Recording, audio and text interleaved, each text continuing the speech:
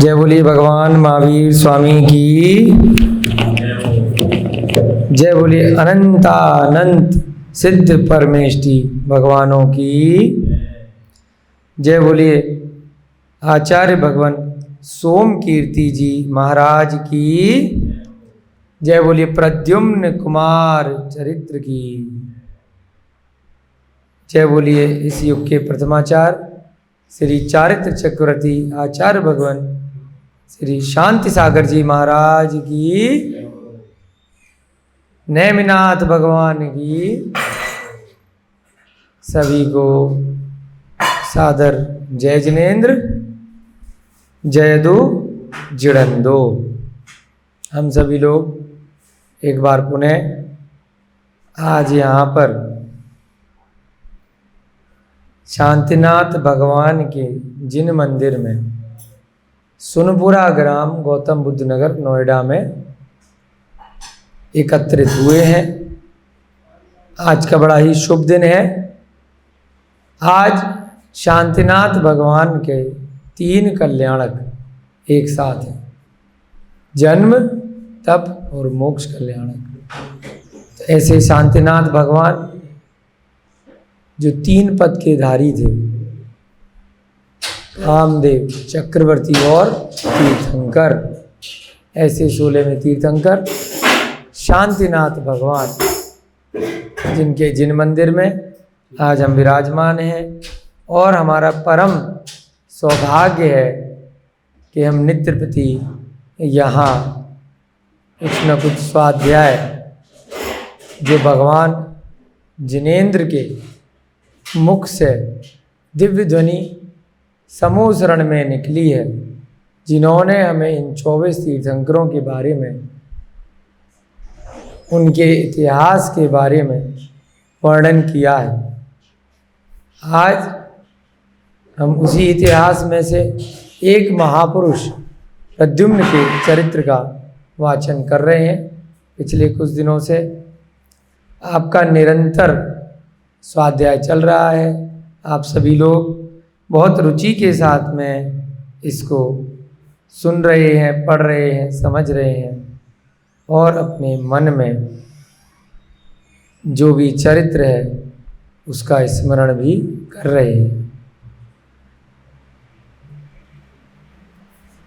राजा श्रेणिक भगवान महावीर के समूह शरण में बैठे हैं।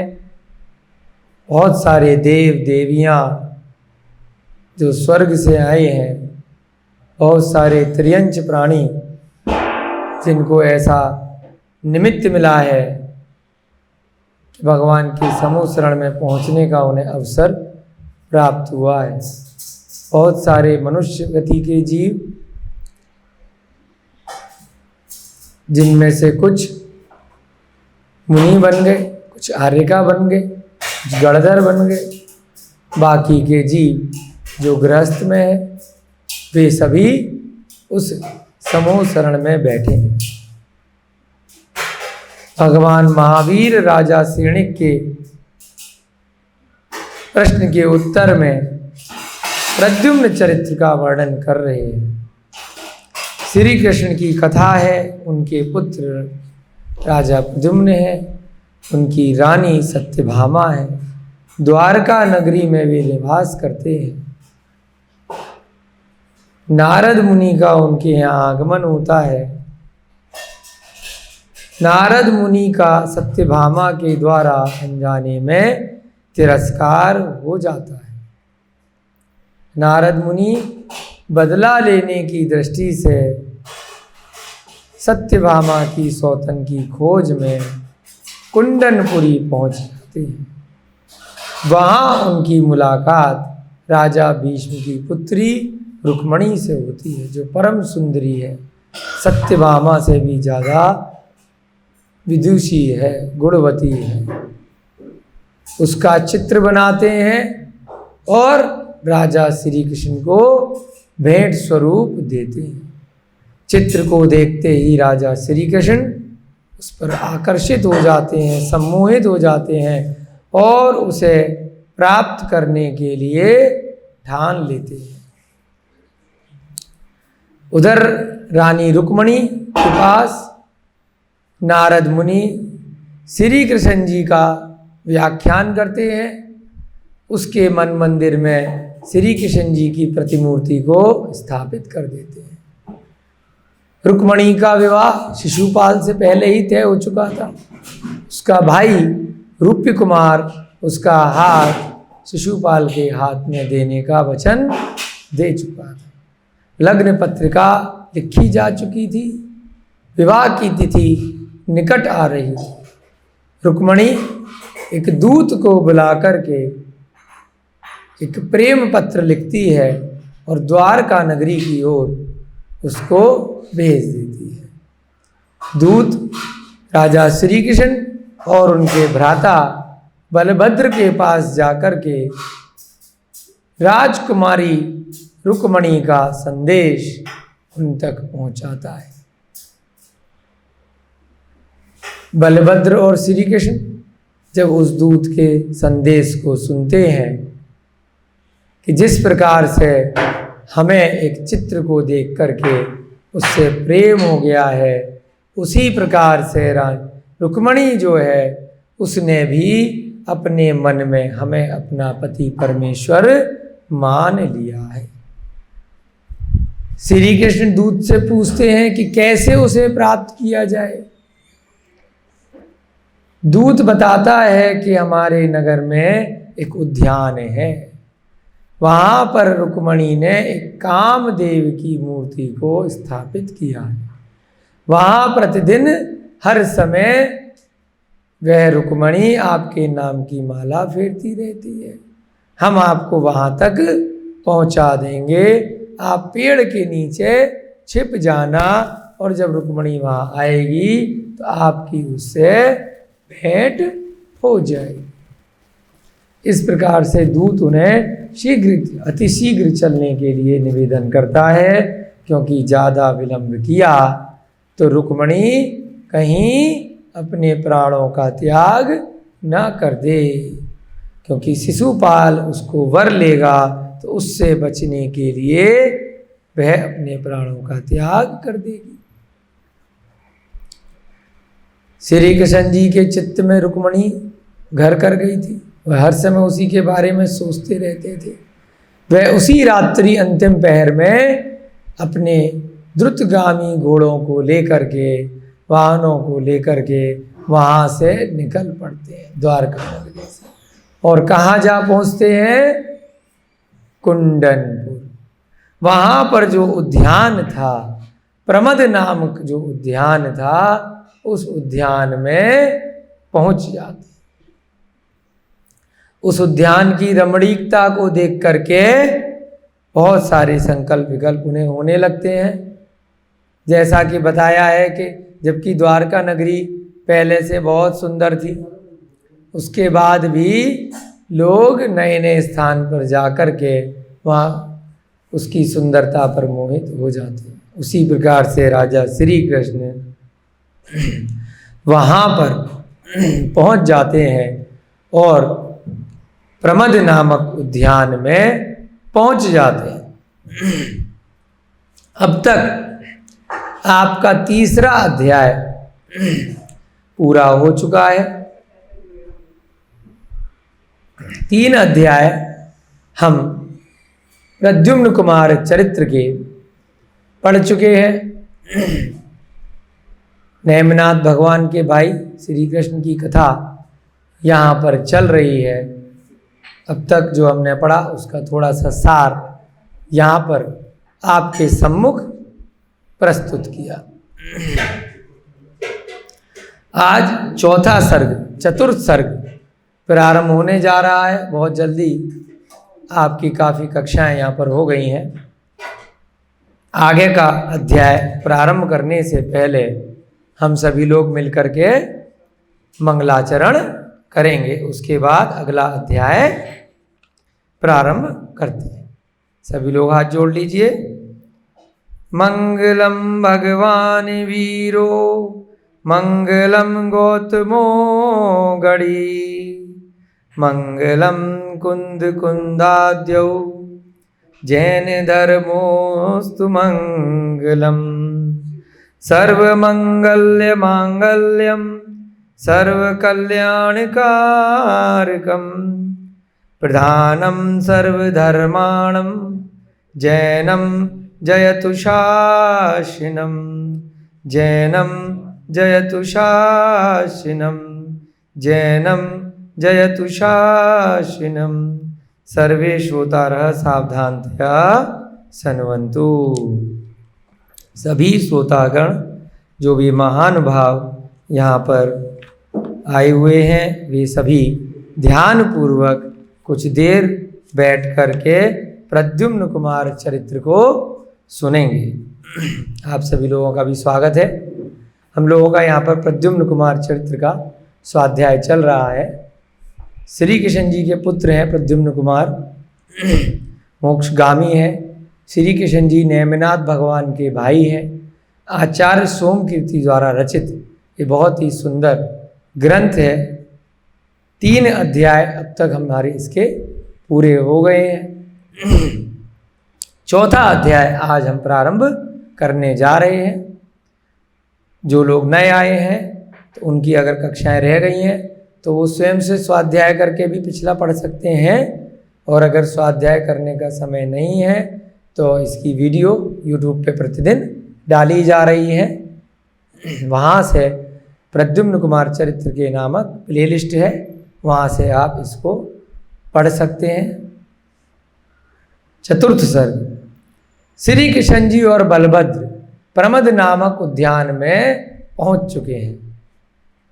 काम देव के वशीभूत होकर के रुक्मणी को प्राप्ति की आकांक्षा से सत्यभामा के दूसरी पटरानी, सत्यभामा पहली रानी है, दूसरी पटरानी बनाने के लिए वहाँ पहुँच गए हैं। रहस्य की बात रहस्य में रख कर के अपने राजमहल में छोड़ करके आए हैं कि सत्यभामा को पता न चलने पाए कि हम कहाँ जा रहे हैं। चुपके से निकले हैं।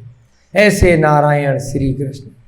उस प्रमद उद्यान की शोभा अपूर्व थी। उद्यान का थोड़ा सा यहाँ पर वर्णन किया है कि जिस उद्यान में रुक्मणी ने कामदेव की मूर्ति श्री कृष्ण जी को पाने की चेष्टा से विराजमान की थी, ऐसा प्रमद उद्यान बहुत ही अपूर्व था, बहुत सुंदर था। वह विविध प्रकार के वृक्षों से एवं सुगंधित पुष्पों से सुशोभित नंदन कानन यानी इंद्र के उपवन के सदृश शोभित हो रहा था। ऐसा सुंदर उद्यान।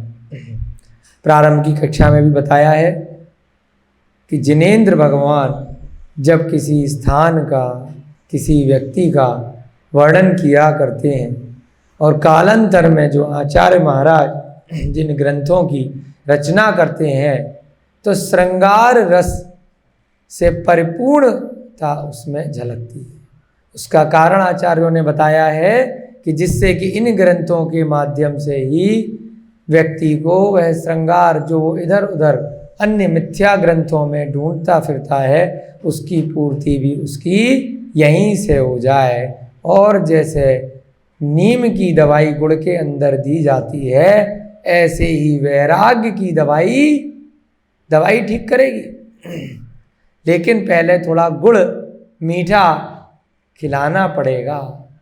जो ये संसार की 5 इंद्रियां हैं जिनके वशीभूत होकर के हम सभी जीव अनादिकाल से यहाँ भटक रहे हैं, जो मोहनीय कर्म हमें यहाँ घेरे हुए हैं, जो काम वासना हमें बार बार इस संसार में जन्म मरण कराती है, उस सब से निकलने का रास्ता वैराग्य पथ है। परंतु वहाँ तक पहुँचने के लिए जीव अन्य शास्त्रों की तरफ ना जाए, उसको सारे की सारे श्रृंगार रस यहीं मिल जाए। तो इस भावना के साथ आचार्य भगवान उद्यानों का वर्णन करते हैं, नगरों का वर्णन करते हैं, ऋतुओं का वर्णन करते हैं, स्त्री के स्वरूप का वर्णन करते हैं, कामदेव का वर्णन करते हैं। वो सारे की सारे अन्य वर्णन वो सभी इन ग्रंथों में मिलते हैं।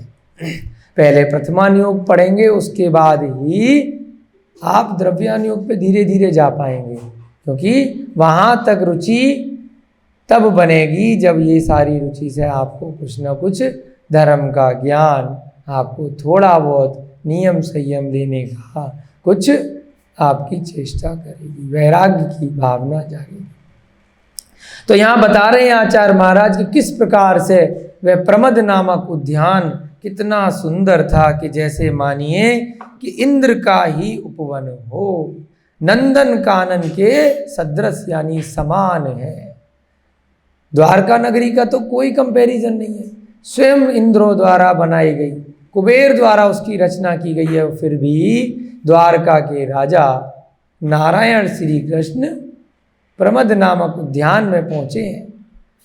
ऐसा भान होता था कि स्वयं नंदन कानन ही कुंडनपुर की रमणीयता के दर्शन हेतु पृथ्वी पर उतर आया हो।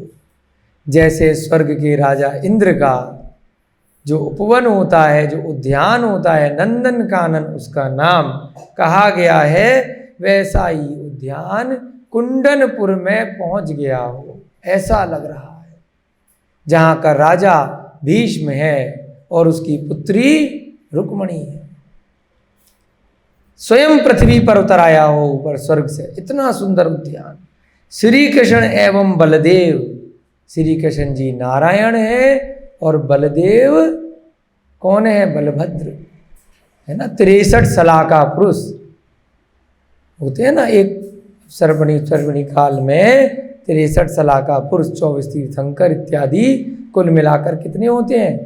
तीर्थंकर, नारायण, प्रतिनारायण, बलभद्र है ना, कामदेव, ये सभी 63 सलाका पुरुष एक समय पर हो जाते हैं, एक काल में है ना। एक कोड़ा कोड़ी सागर से कितने वर्ष कम? 42,000 वर्ष कम का जो काल है, अपना चतुर्थ काल जो निकला है, उसमें 63 सलाका पुरुष में 2 तो एक साथ यहीं पर है, बलदेव और श्री कृष्ण। उस नयनाभिराम उपवन में प्रवेश करते हैं दोनों, रुक्मणी को पाने की आकांक्षा से। बलभद्र सपोर्ट कर रहे हैं अपने भाई को गलत कार्य में, है ना, लेकिन क्या करें, नियति ऐसी है, कामदेव के कारण से डस लिए गए हैं और निमित्त ऐसा बना हुआ है, पहले से जो चीज़ लिखी हुई है वो होनी है, तो इसलिए दोनों वहाँ पहुँच गए हैं। उन्होंने शोक हरता अशोक जाति के वृक्ष को देखा। अशोक का जो वृक्ष होता है, कितनी सुंदर उपमा दी है कि क्यों रखा अशोक के वृक्ष का नाम अशोक, शोक का प्रीत, जिसको देख करके शोक कोसों दूर भाग जाए। तो ऐसे अशोक वृक्ष के नीचे तीर्थंकरों को केवल ज्ञान की भी प्राप्ति हुई है, आपने पढ़ा होगा ना। तो ऐसे अशोक वृक्ष को देखा जो शोक हरता था, जिससे उनका शोक दूर हो गया। कितने शोक में थे, दुख में थे, जब मार्ग से आ रहे थे अपने द्रुतगामी घोड़ों पर, अश्वों पर सवार होकर द्वारका से कुंडनपुर तक, तो रास्ते में यही सोच रहे थे कब रुक्मणी मिलेगी, कब रुक्मणी मिलेगी। कितने हैरान, परेशान, दुखी ऐसे नारायण जब वहाँ पर अशोक के वृक्ष को देखते हैं, और जैसा दूत ने बताया था कि वृक्ष के पास में मूर्ति मिलेगी कामदेव की और रुक्मणी वहाँ पर आएगी, तो थोड़ा उनका शोक दूर हुआ। उसके ऊपर एक ध्वजा फहरा रही थी, दूत ने बताया था ना कि वृक्ष पे उसने पहचान के लिए, जैसे हम मंदिरों पे ध्वजा लगाते हैं, तो ऐसे एक ध्वजा लगाई हुई थी, वो फहरा रही थी। एवं उसकी छाया में कामदेव की मनोज्ञ प्रतिमा स्थापित थी। जैसा दूत ने बताया था वैसी प्रतिमा भी वहाँ पर श्री कृष्ण जी को दिखलाई पड़ी, जिसके दर्शन मात्र से ही श्री कृष्ण जी को संतोष हुआ। अभी रुक्मणी नहीं मिली है, अभी तो खाली मूर्ति मिली है जैसी दूत ने बताई थी, उसी से ही अपार संतोष श्री कृष्ण जी को हो रहा है। रथ के अश्वों को मुक्त कर दिया गया, अश्व बोलते हैं घोड़ों को। अब थोड़ा एक जगह पहुंच जाते हैं तो जो रथ होता है, तांगा होता है, उसमें से जो बंधा हुआ घोड़ा होता है उसको रिलैक्स करने के लिए छोड़ दिया जाता है कि आप थोड़ा घास फूस खाइए, चारा खाइए, घूमिए, है ना, पत्ते पेड़ पौधे जो भी पानी वानी पीना है पीजिए। तो उसको मुक्त कर दिया गया। दोनों भ्राताओं को रुक्मणी के दर्शन की तीव्र उत्कंठा थी। भाई अपने भाई के लिए रानी ढूंढ रहा था, है ना, कि मेरी भाई का विवाह होगा, और श्री कृष्ण जी अपने लिए पत्नी ढूंढ रहे थे। तो दोनों को उत्कंठा थी कि जो चित्र में देखा था, इतनी अनुपम सौंदर्यवती स्त्री इस संसार में कहाँ से आ गई है। चित्र से ही मोहित हो गए थे, तो साक्षात दर्शन होंगे तो क्या हाल होगा। तीव्र उत्कंठा है दोनों। इसी अभिप्राय से वे सघन वृक्षों की ओट में छिप करके बैठ गए। दूत ने कहा था ना, छिप करके बैठ जाना। कहाँ नारायण 3 खंडों के राजा, आर्य खंड और 2 मलेच्छ खंड, और कहाँ ऐसी स्थिति। इससे हमें देखना है कि क्या हमें ये कार्य रिपीट करने हैं या इनसे बचना है। धीरे धीरे जब स्वाध्याय आगे बढ़ेगा तब आपको कुछ कक्षाओं बाद प्राप्त पता चलेगा कि ये सब तो यहीं रह गया। क्या क्या नहीं किया स्त्री को पाने के लिए, अनादिकाल से कितने कितने कृत्य करे, कितनी कितनी योनियों में, इस मनुष्य भव में भी, है ना, पुत्र के लिए, पुत्री के लिए, अपनी पत्नी के लिए, अपने व्यापार के लिए, और सब यहीं रह गए। ऐसी स्थिति नारायण श्री कृष्ण जी की है। अभी गृहस्थ में है, भले ही राजा बन गए हैं, लेकिन हैं तो मनुष्य ही। जैसे अन्य मनुष्यों के मन में विकार आते हैं, विचार आते हैं, ऐसे उनके मन में आ रहे हैं। वृक्ष की ओट में छिप करके बैठ जाते हैं। किंतु इसके पूर्व ही एक अन्य आनंददायिनी घटना हो गई। अब क्या हुआ, रुक्मणी के आने से पहले एक आनंद को प्रदान करने वाली एक घटना और हुई। क्या हुई? नारद जी, होता है ना, फिल्म चलती है तो एक तरफ तो ये स्टोरी हो रही होती है और दूसरी तरफ की भी स्टोरी बीच बीच में डायरेक्टर क्या है दिखाता है ना, जिससे कि कहानी में रुचि बनी रहे। इसी प्रकार से अब एक तरफ तो श्री कृष्ण जी वहाँ वृक्ष की ओट में छिपे बैठे हैं बलदेव के साथ रुक्मणी की इच्छा से, और अब दूसरी तरफ क्या स्टोरी चल रही है, नारद जी द्वारका से प्रस्थान कर सीधे चंदेरी जा पहुंचे। नारद जी को नहीं पता कि श्री कृष्ण जी वहाँ से भग लिए। वो तो अपने दोनों जगह आग लगा करके निकल गए। सत्यभामा से बदला लेना था, रुक्मणी को सेट किया, उधर श्री कृष्ण जी को सेट किया और निकल गए। परंतु अभी काम पूरा नहीं हुआ था ना, तो बीच बीच में चेक करने के लिए दोबारा जाने की इच्छा से अब नारद जी वहाँ से प्रस्थान करके कहाँ पहुँच गए हैं, चंदेरी, चेदी नगरी। कहाँ पहुँचे? चंदेरी क्या थी, कुछ याद आ रहा है? चंदेरी का राजा कौन था? भाई कुंडनपुरी राजा भीष्म, ठीक है, द्वारका नगरी श्री कृष्ण। तीसरा भी तो उल्लेख आया था चंदेरी का।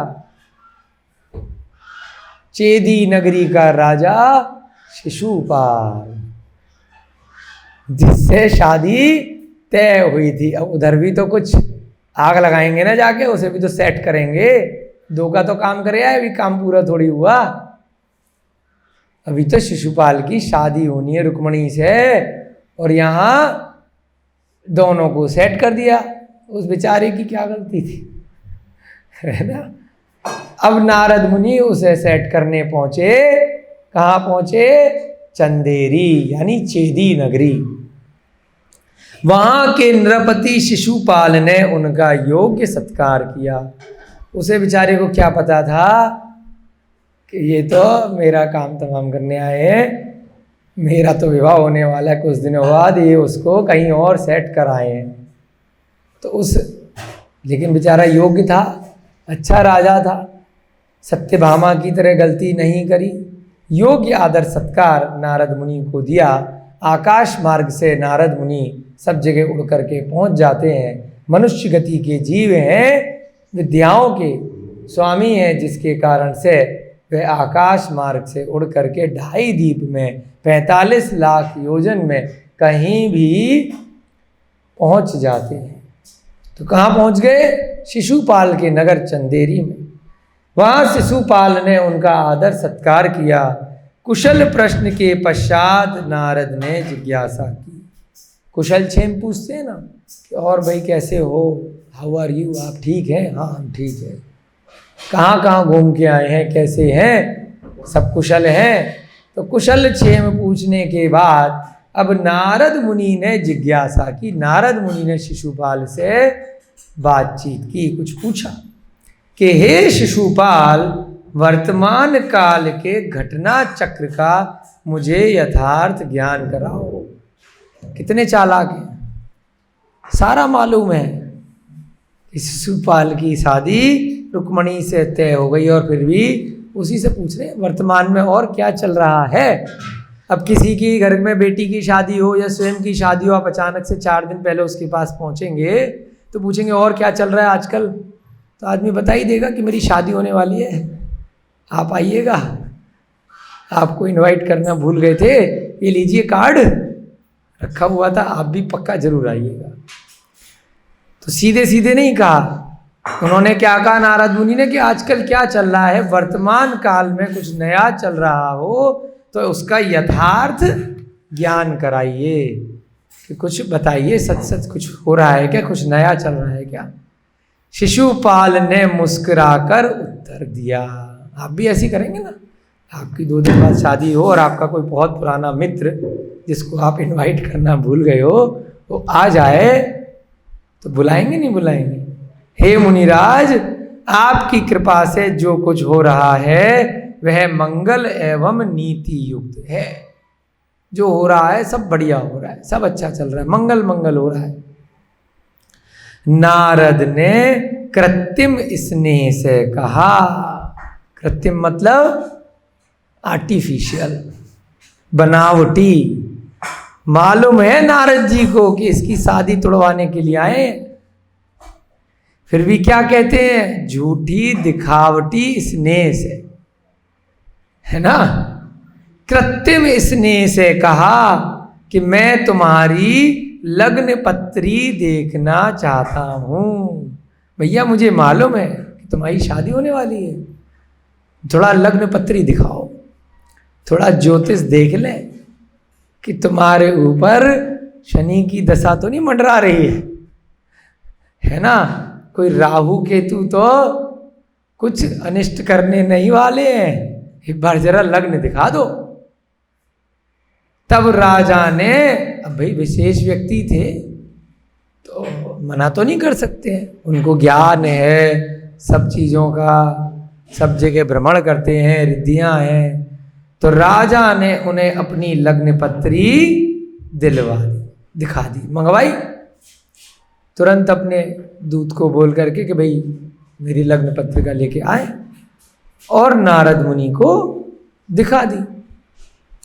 कुछ काल तक वे लग्न पत्री बाँचते रहे, देखते रहे कि जैसे कितने ज्ञानी पुरुष हैं। ऐसी होता है ना, कोई भी आपका हाथ देख ले, आपको कुछ भी नहीं पता है और कह दे अरे बड़ा खराब समय चल रहा है, डर जाओगे।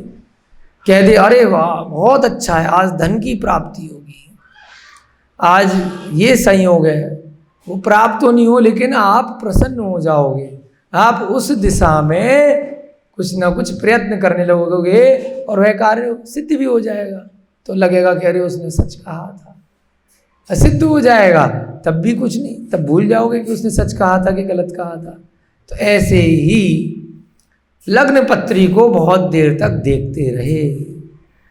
तत्पश्चात कलह प्रिय, क्या शब्द प्रयोग किया, कलह प्रिय नारद चिंतित हो गए। उनको आनंद आता है ना, भले ही मनुष्य गति के जीव हैं परंतु उनकी योनि ऐसी है कि जैसे असुर कुमार जाति के देव बताए थे, पढ़े होंगे ना आपने 6 डाला में, कि नरकों तक जाते ही मारते पिटवाते हैं और आनंद महसूस करते हैं, आनंद आ रहा है, कुअवधि ज्ञान से 2 जीवों को लड़वा देते हैं और बीच बीच में खुद भी मुक्के मार देते। तो क्या कलह प्रिय हैं। ऐसे ही नारद मुनि भी अपने किन्हीं कर्मों के कारण से उनको इसी काम में आनंद आ रहा है, एक जगह की दूसरी जगह लगाना और फिर वहां पर जाकर के मनोरंजन करना उनकी लड़ाई देख करके।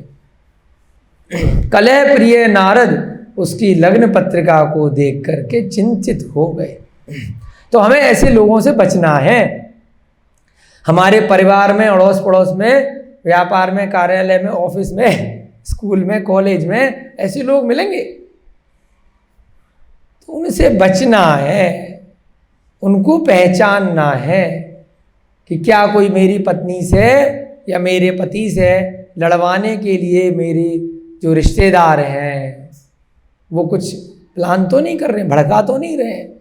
तो मुझे अपना जो विश्वास है वह अपने सगे संबंधियों में नहीं खोना है, विश्वास पात्र लोगों में। तो ऐसे नारद मुनि के जो गुण हैं, ऐसे जीव हमारे आसपास अगर मिलते हैं तो उनसे बचो। उन्हें इस प्रकार उदास देख करके शिशुपाल ने प्रश्न किया। अब वो चिंतित हो गए देख करके, सैड है ना। अब वो डायरेक्टली नहीं बोल रहे हैं लेकिन गेम खेल रहे हैं माइंड में। अब शिशुपाल पूछता है कि क्या बात हो गई, हे स्वामी आप इतने चिंतित क्यों हैं। उत्तर में नारद ने कहा, हे राजन, लग्न पत्री में आपको काय क्लेश होना बढ़ा है। सच में है कि नहीं है वो तो नहीं पता हमें, कि उन्हें देखनी भी आती है कि नहीं आती है ये भी नहीं पता, परंतु उनकी प्लानिंग ऐसी है। अरे आपकी पत्री में लग रहा है कि आपको बहुत ही क्लेश होगा, काय क्लेश होगा। अतः आपको पूर्ण सावधानी से कुंडनपुर जाना चाहिए। अगर जाना चाहते हो, शादी करना चाहते हो तो बहुत सावधानी रखना। क्यों ऐसी बात कह रहे हैं? क्योंकि कल को यदि रुक्मणी नहीं मिली, द्वारकाधीश का सामना करना पड़ गया, तो कोई बात हो गई तो पहले से ही लगेगा अरे ये इन्होंने नहीं किया, ये तो होना ही था, ये तो मेरी पत्री में ही लिखा था, है ना। तो पहले से ही दिमाग में डाल दिया। बहुत सावधान रहना, है ना, बच के रहना। इतना कहकर नारद शिशुपाल के हृदय में गहन आशंका उत्पन्न कर वहां से चल पड़े। ये भी एक कला होती है, ज्यादा डिटेल में बात नहीं की जाती, नहीं तो शक होने लगता है कि यही तो नहीं करा रहा। हल्का सा हिंट करके, अपना ज्योतिष विद्या दिखा करके कि भाई अच्छा काल नहीं चल रहा तेरा, शनि मंडरा रहा है और अभी तुम वहां जाने वाले हो, तो क्या पता वहां कुछ हो जाए, बाकी मैं कुछ नहीं जानता। दिमाग में डाल दिया कि क्या पता दिमाग में घूमता रहे, कुछ अपशगुन मानकर शादी यहीं बैठी तोड़ दे। नारद मुनि का ऐसा कोई उद्देश्य नहीं है कि युद्ध कराना है, कुछ करना। उनका तो उद्देश्य केवल एकदम क्रिस्टल क्लियर है कि सत्यभामा से अपमान लेना है बस, और उसके लिए उसकी एक दूसरी सौतन ला करके वहां बिठाना है।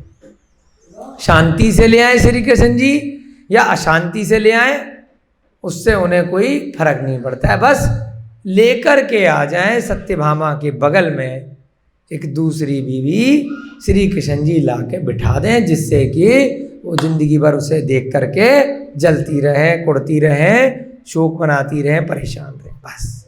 तो इसलिए अब वहां से तुरंत उड़ करके निकल गए। आशंकित शिशुपाल ने भयभीत होकर एक विराट सेना संगठित की।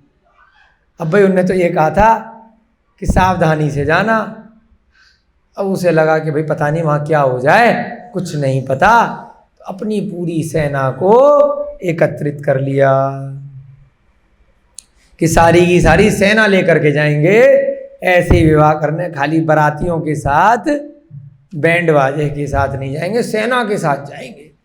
विराट सेना, पूरी सेना ले ली। एवं विभिन्न वाहनों के द्वारा उस कुंडनपुर के लिए प्रस्थान किया।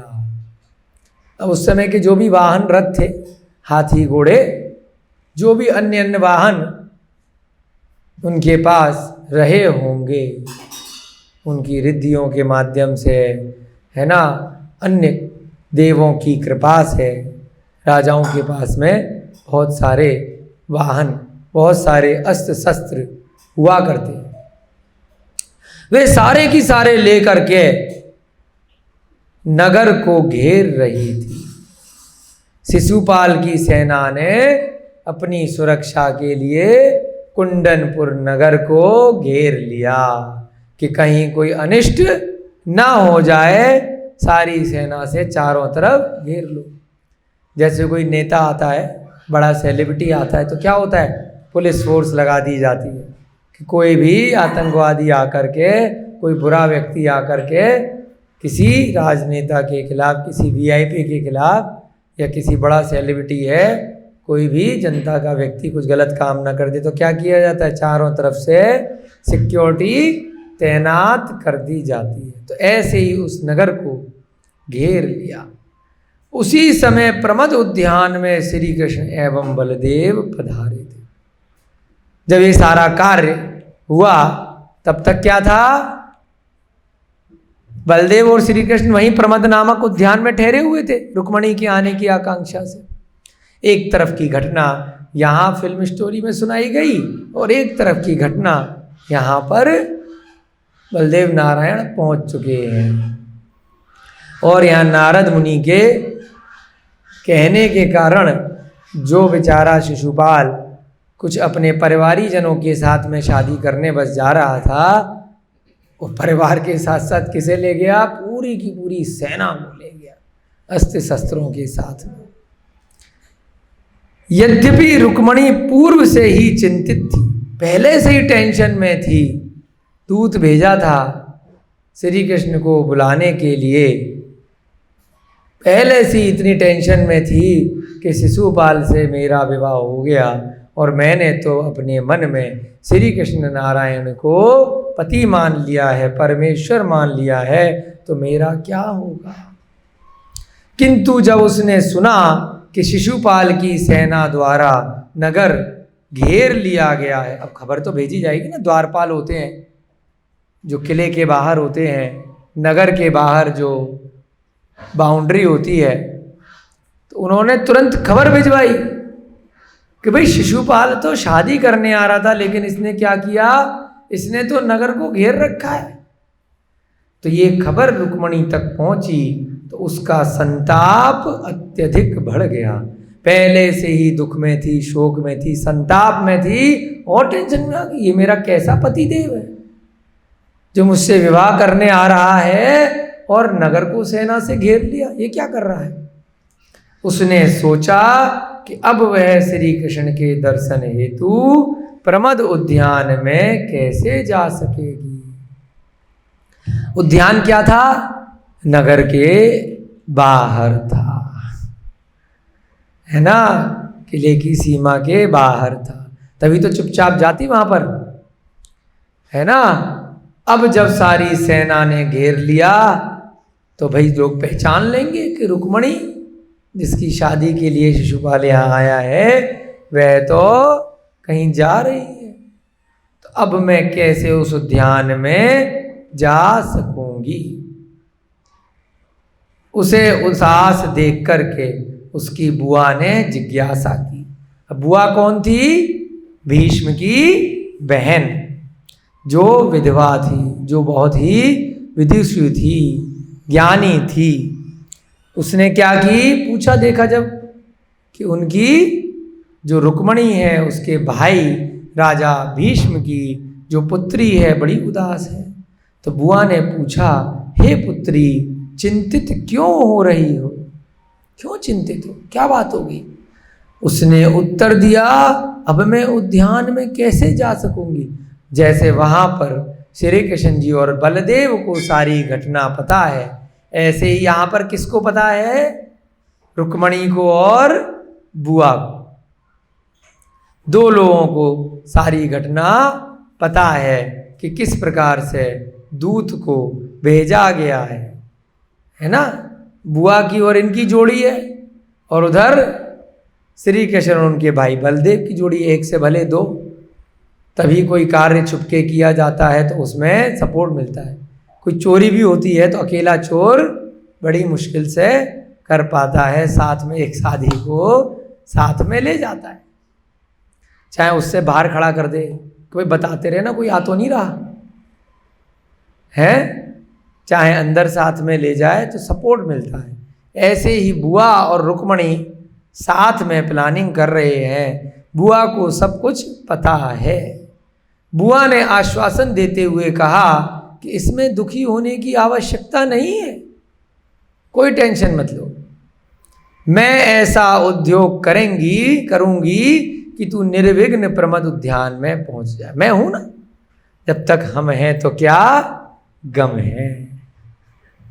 हम बैठे ना तुम्हारी बुआ, तुम्हारी मुलाकात करेंगे, हम कुछ दिमाग लगाते हैं, निर्विघ्न प्रमद उद्यान में तुम्हें पहुंचा देंगे, भले ही चारों तरफ से शिशुपाल की सेना ही क्यों ना खड़ी हो। बुआ ने एक युक्ति सोची। बुआ ने क्या किया, एक युक्ति सोची। युक्ति यानी प्लानिंग बनाई है ना, कुछ काम भी हो जाए और कहीं से कोई बाधा भी उत्पन्न न हो। वस्तुतः समय पर नारियों की बुद्धि तीव्र हो जाती है। जब है ना पति हो या चाहे राजा हो, है ना, कोई भी जब टेंशन में ज़्यादा होता है तो वह अपनी रानी के पास जाता है कि बहुत समस्या चल रही, चाहे व्यापार की समस्या चल रही हो जिसमें उस रानी का कोई लेना देना नहीं भी हो, राज्य चलाने की समस्या हो, फिर भी क्या होता है, परेशानी में वो अपनी रानी से पूछता है। तो यहाँ क्या कहा है, जब कभी कोई ऐसी सिचुएशन आती है, यानी ऐसा विपत्ति का समय आता है, तो नारियों की बुद्धि तीव्र हो जाती है। भले ही उनकी बुद्धि बताइए ना नीचे घुटने में होती है, यानी कम चलती है साधारण बातों में, परंतु जब समस्या आती है तो उनकी बुद्धि ऐसी चलती है कि जैसी बड़े बड़े लोगों की नहीं चलती, तीव्र हो जाती है। ऐसा भी नियति का विधान है ना। तो कभी भी आप टेंशन में हो, कुछ भी हो, तो ये मत सोचिएगा कि अपनी पुत्री से या पत्नी से या माँ से न पूछें, इसे क्या पता ये क्या समाधान करेगी, पूछ लेना। और क्या पता उसकी बाल बुद्धि में ऐसी युक्ति आ जाए, ऐसा आइडिया आ जाए जो आपने टेंशन में सोचा ही ना हो। तो ऐसी युक्ति उस नारी की बुद्धि में आ गई।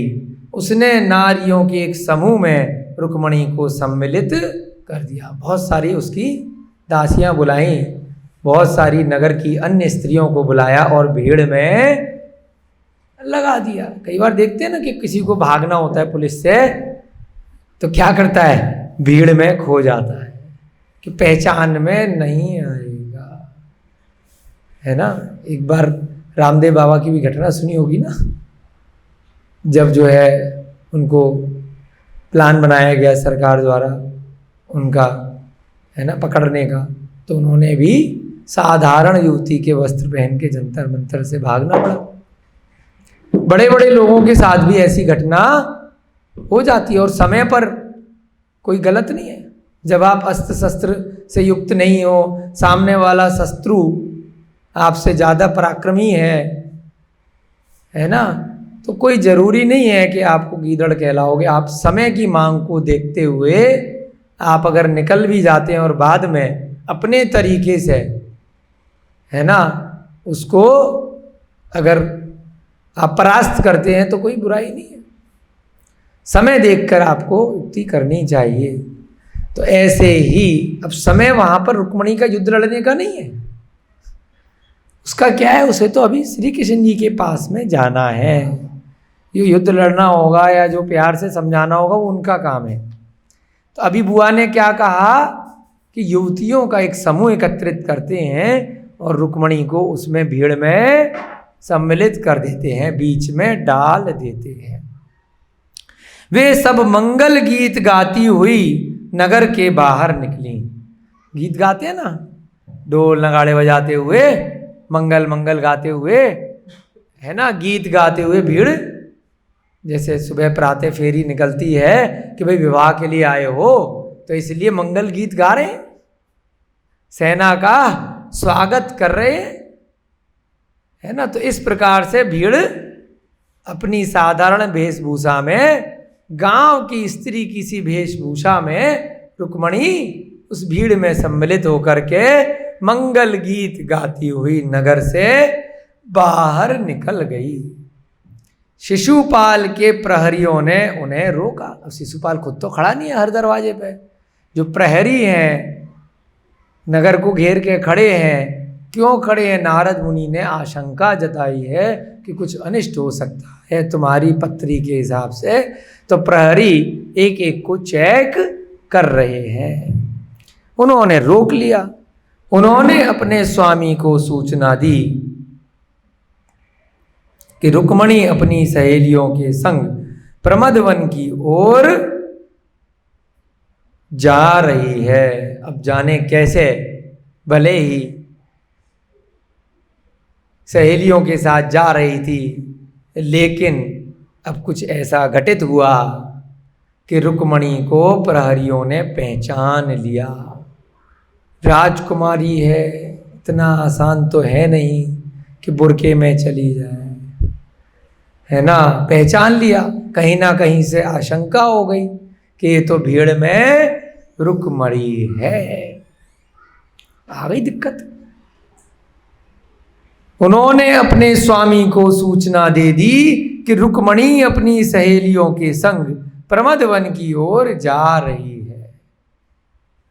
है ना, कि प्रमदवन की ओर रुक्मणी जा रही है। शिशुपाल ने अभिमान भरे शब्दों में आज्ञा दी। शिशुपाल ने तुरंत अपने गार्ड को बोला, वहां से जो भी दूत गया होगा, टेलीफोन तो था नहीं, संदेश भिजवाया जाता था, पत्र भिजवाया जाता था कि ऐसे ऐसे है, तुरंत आज्ञा दी कि नहीं, जिस भांति भी हो रुक्मणी को वन में प्रवेश से रोको, वो उस वन में ना जाने पाए, आप उसको रोको। अपने प्रहरियों को बोल दिया। सिपाहियों ने उस नारी समूह को रोकते हुए कहा कि वह वन में नहीं जा सकती, कि आपको आज्ञा नहीं है कि आप प्रमद वन में जाएं। ऐसी निषेधाज्ञा उनके स्वामी की है। उनका स्वामी जो शिशुपाल है, उसने ऐसा निषेध करने की आज्ञा दी है। हम तो अपने स्वामी की सुनेंगे, भले ये राज्य राजा भीष्म का हो, परंतु हमारे स्वामियों ने नगर के बारे में तैनात किया है, उन्होंने हमें मना किया कि आप यहाँ से बाहर नहीं जाएंगे। रुक्मणी अपनी बुआ को भी साथ में ले गई थी, अकेली नहीं गई। जैसे श्री कृष्ण जी बलदेव दोनों साथ में गए थे रुक्मणी को लेने, तो कोई दिक्कत आए तो इसलिए बुआ भी साथ में है। तब रुक्मणी की बुआ ने उत्तर दिया कि रुक्मणी कामदेव का दर्शन करने के लिए वचनबद्ध है। ये नहीं कहा कि श्री कृष्ण जी से मिलने के लिए जा रही है, भाई भगवान के दर्शन करने जा रही है, देव के दर्शन करने जा रही है। शादी होने वाली है तो कामदेव की पूजा करेगी तो अच्छा होगा, है ना। क्या प्लानिंग करी कि वचनबद्ध है, उसने जो है वचन ले रखा है कि शादी से पहले कामदेव के दर्शन करके आऊंगी, है ना। अब आपकी पत्नी अगर कहीं तीर्थ यात्रा के लिए दर्शन के लिए जाए, भले ही आपको कितना भी अनिष्ट की आशंका हो, फिर भी रोक नहीं पाओगे। अब क्या किया? अब जो है बुआ कहानी बता रही है कि एक दिन वह यानी रुक्मणी सहेलियों के साथ वन में क्रीड़ा करने गई थी। एक दिन कुछ दिनों पहले वन में खेलने कूदने गई थी अपनी सहेलियों के साथ। तब वहां उसने अनंग कामदेव की प्रतिमा देखी थी। अत्यधिक सुंदर उस वन में कामदेव की प्रतिमा देखी थी। उसने तभी प्रणाम कर यह प्रतिज्ञा ली थी कि यदि नरपति शिशुपाल उसके पति बनेंगे तो वह लग्न के दिन अनंग पूजा करेगी। अब बुआ क्या कह रही है एक तरफ तो बुआ सेटिंग बिठा रही है कि इसका विवाह शिशुपाल से नहीं हो, तभी तो पत्र भिजवाया है दूत को बुला के। एक तरफ शिशुपाल के मन में क्या आकांक्षा उत्पन्न करा रही है कि आप ही को प्राप्ति के लिए कामदेव की पूजा करने जा रही है, कि उसने इतनी सुंदर प्रतिमा देखी थी तो उस प्रतिमा की पूजा करने जा रही है कि जिस दिन मेरा शिशुपाल से विवाह होगा उस दिन वो कामदेव की पूजा करने जाएगी, ऐसी उसने प्रतिज्ञा ली थी। शिशुपाल को चढ़ा दिया कि तुम्हारी प्राप्ति के लिए जा रही। बड़े सौभाग्य से ऐसा सुअवसर प्राप्त हुआ है, आज बड़ा सौभाग्य कि वास्तव में हे शिशुपाल आप यहाँ आ गए हैं, संदेश भिजवा दो। उसके प्रहरियों को बता रही है बुआ, आज सुयोग से पति की प्राप्ति के हर्ष में रुक्मणी अपनी प्रतिज्ञा का पालन करने के लिए निकली है। इतनी खुश है वो कि शिशुपाल जी स्वयं सेना को लेकर के यहाँ आ गए हैं, तो इसलिए जा रही है कामदेव के दर्शन करने, उसे मत रोको, अपनी प्रतिज्ञा का पालन करने के हेतु जा रही है। वह प्रतिमा के समक्ष भावी पति की दीर्घ आयु की कामना करेगी, है ना, करते हैं ना अन्य मतियों में करवा चौथ का व्रत करते हैं कि दीर्घ आयु की कामना करने के लिए वो शादी से पहले चाह रही है कि आपकी आयु बढ़ेगी अगर वहाँ जाएगी, अगर जाने से रोक लिया तो पता नहीं क्या हो जाए। नारद मुनि बता के गए ना तुमको, हो जाएगा काम। तो इसलिए नारी पति एवं पुत्र की कुशलता ही चाहती है। बुआ कह रही है नारी तो बेचारी क्या करती है, उसके जीवन में कोई दूसरा काम तो है नहीं, पति का कुशल हो और पुत्र का कुशल हो, परिवार में सब मंगल हो, यही कामना करती है। अब इसमें बाधा उपस्थित ना करें, यह कदापि वांछनीय नहीं होगा। हे प्रहरी लोग, अगर इसमें रोक दिया तो बड़ा अनिष्ट हो जाएगा, ये वांछनीय नहीं है। प्रहरियों ने समस्त कथोपकथन आद्योपांत अपने स्वामी से जाकर के कहा। अब ये सारा जो कथोपकथन हो गया, जो बात बुआ ने समझाई उसको सच मान लिया और उसके उपरांत अपने स्वामी के पास गए, शिशुपाल के पास गए। फलतः उसकी धारणा में आमूल परिवर्तन हो गया। पहले वो सोच रहा था कि ये नगर से बाहर जाएगी, पता नहीं कहीं भाग के तो नहीं जा रही है ना, क्योंकि भाई नारद मुनि ने थोड़ा हिंट कर दिया है कि ग्रह अच्छे नहीं चल रहे हैं। अब जब सुना ये तो मेरे अच्छे के लिए जा रही है, तो आमूल परिवर्तन उसकी भावना में हो गया। अरे वाह, ये तो बड़ा अच्छा कार्य है, कामदेव की पूजा करने जा रही, जाओ जाओ जाओ जाओ। उसके हृदय में रुक्मणी के प्रति तीव्र अनुराग उत्पन्न हुआ। ये तो मुझे कितना प्यार करती है, कितना प्रेम करती है, अरे वाह।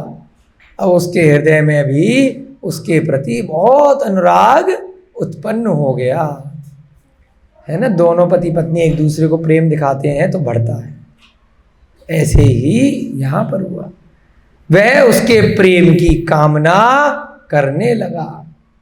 उसने आज्ञा दी कि किसी प्रकार की बाधा न दो एवं ससम्मान रुक्मणी को वन में जाने दो। कोई बाधा नहीं होनी चाहिए, उनको अच्छे से वन में आप ले जाओ, हेल्प करो, सब लोग जाओ। प्रहरियों ने आज्ञा का पालन किया एवं रुक्मणी इस प्रकार प्रमद उद्यान में निर्विघ्न जा पहुंची। उन्होंने जाने दिया। अब वो अपने चुपचाप से सहेलियों के साथ में प्रमद उद्यान में जा पहुंची।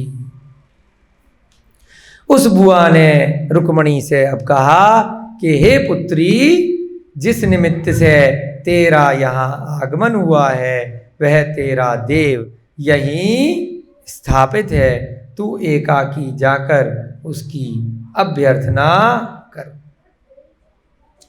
अब बुआ ने क्या कहा, तेरा एक देव तो कामदेव है और दूसरा देव जो तूने दूत को भेज करके यहाँ द्वारका नगरी से बुलाया है वह भी यहाँ पर पहुँच चुका है। तू अब अकेली जा और जो है उससे वार्तालाप कर, उससे अभ्यर्थना कर।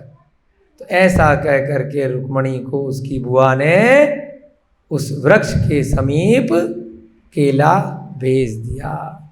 तो ऐसी यहाँ पर कथा श्रृंगार रस से परिपूर्ण कामदेव की पूजा के निमित्त से रुक्मणी, श्री कृष्ण, शिशुपाल, रूप्य कुमार, बुआ, नारद, इन सबके वर्णन चल रहे हैं। बड़ा आनंद आ रहा है। आप इसी आनंद के साथ में धीरे धीरे कुछ कुछ धर्म की घुट्टी पीते रहें।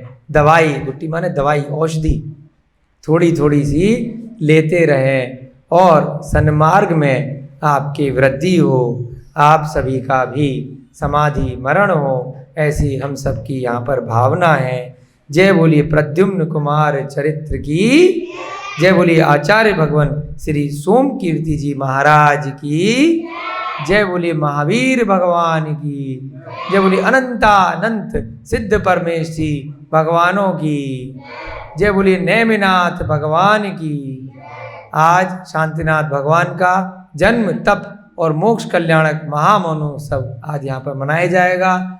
ऐसे शांतिनाथ भगवान की, इस युग के प्रथमाचार्य चारित्र चक्रवर्ती आचार्य भगवान श्री शांति सागर जी महाराज की। सभी को जय जिनेन्द्र, जय दो जड़न दो।